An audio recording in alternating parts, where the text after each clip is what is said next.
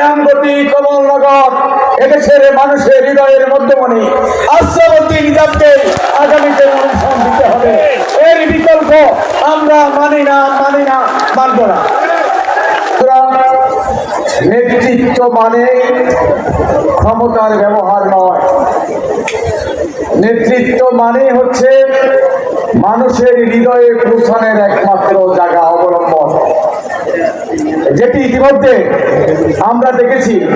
আপনাদের এলাকার প্রিয় নেতা আশরাফুদ্দিন নিজাম সাহেব ইতিমধ্যে এই দেশের জনগণের হৃদয় এবং আস্থায় স্থান করে নিয়েছেন। বন্ধুরা, আমরা বিভিন্নভাবে শুনতে পাচ্ছি যে এখানে বাংলাদেশ জাতীয়তাবাদী দল কারো কথা চিন্তা ভাবনা করছেন যারা আমাদের দলের নয়, জোটবদ্ধভাবে আমাদের আছেন।